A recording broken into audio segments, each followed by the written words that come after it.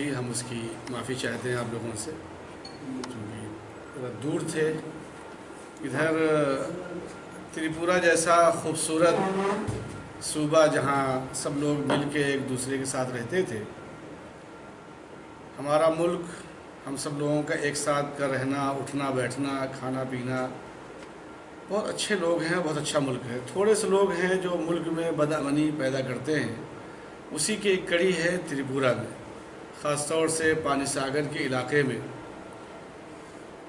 دنگے فساد تو ہوتے رہتے ہیں، پہلے بھی ہوئے ہیں اور ایک دو نہیں ہوئے ہیں، بلکہ آزادی سے لے کے آج تک 50,000 فسادات ہو چکے ہیں۔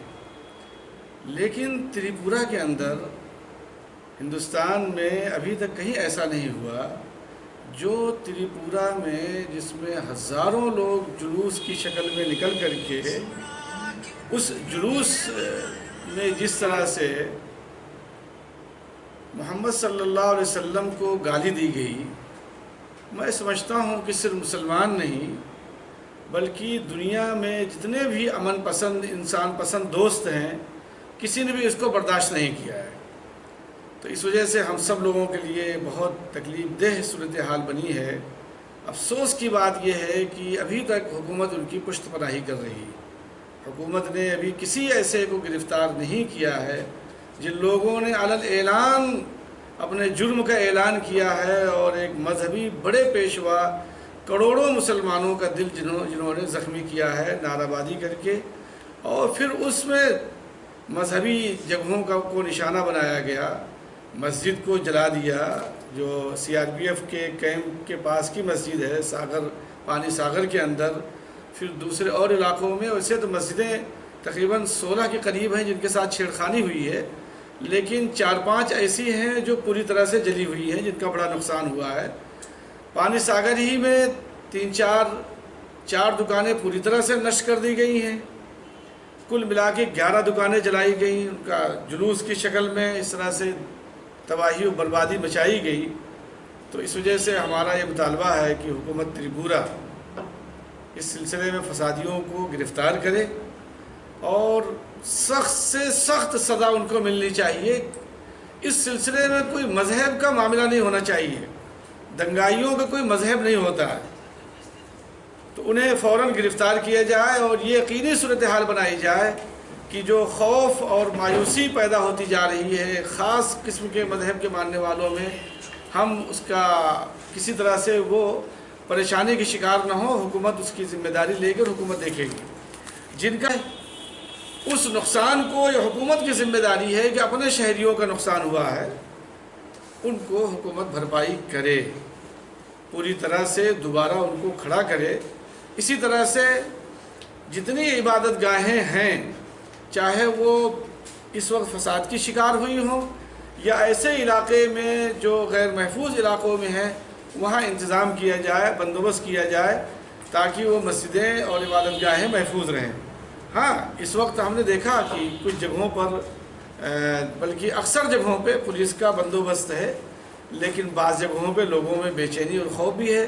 جیسے درگاہ بازار ہے، یہ کون سا ڈسٹرکٹ ہے؟ گومتی ڈسٹرکٹ میں، گومتی درگاہ بازار گومتی میں ابھی بھی لوگ خوف زدہ ہیں۔ پھر وہ کل جہاں ہم تھے پال بازار میں، وہاں 250 سے 300 لوگ اپنے گھروں کو چھوڑ کر کے دوسرے گھروں میں چلے گئے تھے، لیکن اب الحمدللہ ان کی آہستہ آہستہ واپسی شروع ہو گئی ہے۔ ہماری یہ کوشش ہے کہ لا اینڈ آرڈر کی ایجنسیاں، حکومت تریپورہ اور مرکزی سرکاریں دونوں، چونکہ دونوں کی حکومتیں ایک ہیں اور کسی کی بھی سرکار ہو، اس سے کوئی بحث نہیں ہے، وہ چاہیے کہ دونوں مل کر کے صحیح فیصلہ کریں اور معاوضہ، معقول معاوضہ ان کا دیا جائے جو ان کا نقصان ہوا ہے۔ یہ آج کی پریس کانفرنس کا ہمارا مقصد ہے۔ ہم نے جو نوٹ تیار کیا، ہمیں امن ریاست رہی ہے، یہاں ہندو اور مسلم کے نام پر کبھی بڑے فرقہ وارانہ فسادات نہیں ہوئے، لیکن ان دنوں جس طرح وشو ہندو پریشد، بجرنگ دل وغیرہ نے ریاست کے پرامن ماحول کو زہر آلود کیا ہے، جس کے نتیجے میں تریپورہ کے مختلف حصوں میں مسلم اقلیتوں کے مکانوں، دکانوں اور مساجد پر حملے کیے گئے، وہ انتہائی قابل مذمت اور ملک کے وقار، اتحاد و سالمیت کے لیے نقصان دہ ہے۔ اس کے علاوہ سب سے زیادہ اذیت کی بات یہ ہے کہ وشو ہندو پریشد کے ایک ریلی میں پیغمبر صلی اللہ علیہ وسلم کی شان اقدس میں انتہائی نازیبہ کلمات کہے گئے، لیکن آج تک پولیس انتظامیہ نے اس پر کوئی ایکشن نہیں لیا۔ یہاں جو بھی ہو رہا ہے وہ ایک منظم فساد ہے، ورنہ فساد الگ الگ حصوں میں نہ ہوتے۔ تقریباً 400-500 کلومیٹر کے ایریے میں نقصان پہنچایا گیا ہے، اور خاص طور سے مذہبی عبادت گاہوں کو دیکھ کر کے کہ ایسے موقع پر یہ ضروری نہیں تھا کہ ریاستی سرکار اور پولیس انتظامیہ ایسے عناصر کے خلاف سخت کارروائی کرتی اور ان کو کیفر کردار تک پہنچاتی، لیکن اس کے برعکس لا اینڈ آرڈر کے ذمہ دار پولیس ڈی جی پی جناب بی ایس یادو نے ٹویٹ کے ذریعے یہاں رونما ہونے والے واقعات کو فیک نیوز بتایا ہے، اور اپنے بیان میں سفید جھوٹ کا استعمال کیا ہے کہ پانی ساگر میں کسی مسجد میں آگزنی نہیں ہوئی ہے۔ ہمارے صوبے کے لا اینڈ آرڈر کے جو ذمہ دار ہیں، یہ ان کا دعویٰ ہے۔ میں آپ کے ذریعے سے ان تک یہ بات پہنچانا چاہتا ہوں۔ میں کوشش کر رہا تھا کہ ملاقات ہو جائے، اگر ملاقات ہو جائے تو میں خود اس جگہ پہ کی نشاندہی کروں، فوٹوگرافر دکھلاؤں اور دعوت دوں کہ وہاں آ کر کے دیکھیں۔ ویڈیو اگر ہمارے پاس سب موجود ہے وہاں کی، آپ لینا چاہیں تو ابھی آپ کو دے سکتے ہیں۔ رونما ہونے والے واقعات کو فیک نیوز بتایا اور اپنے بیان میں سفید جھوٹ کا استعمال کیا کہ پانی ساگر میں کسی مسجد میں آگزنی نہیں کی گئی۔